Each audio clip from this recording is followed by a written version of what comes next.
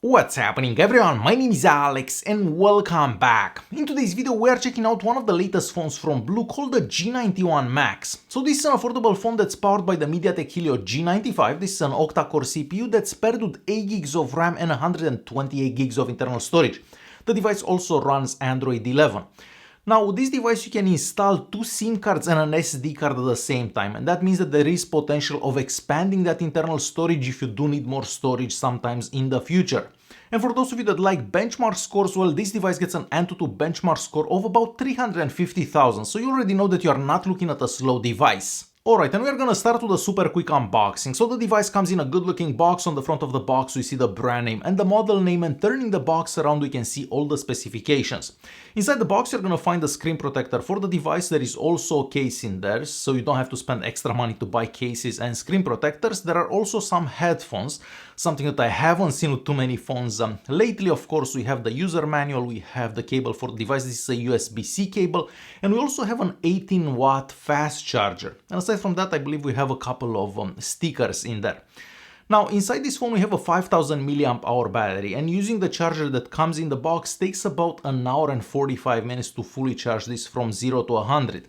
On one charge you can typically get between 6 and 9 hours of screen on time. If you're just watching videos you can easily get 9 hours of screen on time, but if you're playing games with the device, well, that's gonna drop to about 6 hours of screen on time. But overall a decent performance for that 5000 mAh battery that we have inside it. Taking a look at the device itself, on the front here we have a 6.8 inches IPS panel that has a 1080p resolution. We get nice and vibrant looking colors and also really good viewing angle, so you can see the screen no matter how you look at it, and the screen also gets fairly bright, so you can still see the screen even if you take the phone outdoors. Of course, this is not gonna be as bright as the screen that you would find on a flagship, but for a budget-friendly device I feel that this is a really nice screen. The phone's frame is made out of plastic. At the top we have a hole for a microphone. On the left hand side we have the slot for the SIM card. We also have the volume buttons. At the bottom here we have a 3.5mm audio jack, something that we don't typically see on phones these days. We have another hole for a microphone. We have the USB-C port and the speaker. Now, unfortunately, this is the only speaker on this device. With other budget-friendly devices that I've tried in the past, we do get dual speakers, but with this one we only get one speaker. However, the speaker does get quite loud, but it's still only one speaker. On the right hand side we have the power button that's also a fingerprint scanner. As a fingerprint scanner it takes about a second, maybe just under a second from the time you touch it for the screen to unlock. And this is definitely not the fastest fingerprint scanner that I've seen on a budget phone. And moving to the back of the device, well, the back is made out of glass, and of course that makes the phone look and feel a bit more premium. On the back there we also have 4 cameras. We have the main camera, we have an ultra-wide camera, a macro camera, and another camera that's used for portrait mode pictures. All the pictures that you are seeing on the screen right now are taken with this device on auto mode over the past week, I'm gonna say. And the phone also supports a night mode, so all the night mode pictures that you're seeing now were taken using that night mode. The night mode only works on the main camera though, so you're not going to be able to use the ultra-wide camera with a night mode. So I'll let you guys watch a few more pictures that I took, and after those I'm gonna show you some sample video recordings. This device can record the maximum resolution of 4K at 30 frames per second.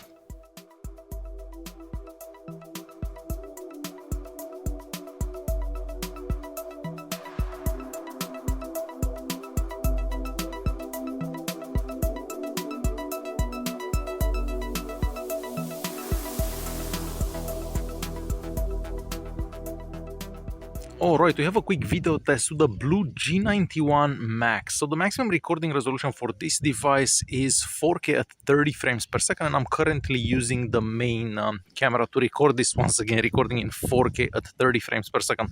I'm also walking here just so you can see how the stabilization works for video recordings while walking. Of course, that's also an important factor for any device. We're gonna stop here. I'm gonna pan right towards these buildings. I'll try to keep the phone as steady as possible. And I guess we'll walk this way. So we walk away from the sun, basically, not towards the sun. So yeah, this is how recording done with the BLU G91 Max would look like if you're using the main camera on a super sunny day. Moving on to performance, well, the device does better than most other budget phones that I've tried, so that 8 gigs of RAM definitely helps with a lot of applications. So if you're using this for Facebook, for example, if you're just using it to watch videos, if you're using it to browse the web, everything does seem to work quite good, including gaming. So you can play games on it, and as I said, this does a bit better than other budget-friendly phones that I've tried in the past.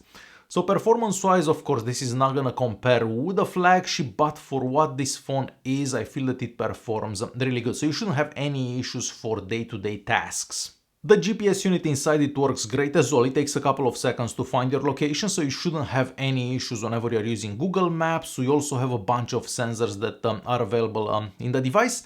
But unfortunately, there is no NFC chip inside it, so that means that you're not going to be able to make payments with this device. I believe that the last Blue phone that I've tried had an NFC chip inside it. Well, not this one. So there you have it. This is the BLU G91 Max. For a budget-friendly device, I feel that it is a great phone. It has a really nice screen. It has a super big screen, so easy to read, easy to watch videos. You get great battery life, you get great performance. The cameras are a bit disappointing in my opinion. They should have been a bit better. I feel that the previous Blue model that I've tried was taking better pictures and videos, but hopefully that can be addressed with a software update in the future. So there you have it. If you're looking for a budget-friendly device that looks good, feels good, performs good, definitely check out the BLU G91 Max. Alright guys, hopefully you enjoyed this video. Thanks for watching and I'll see you in the next one.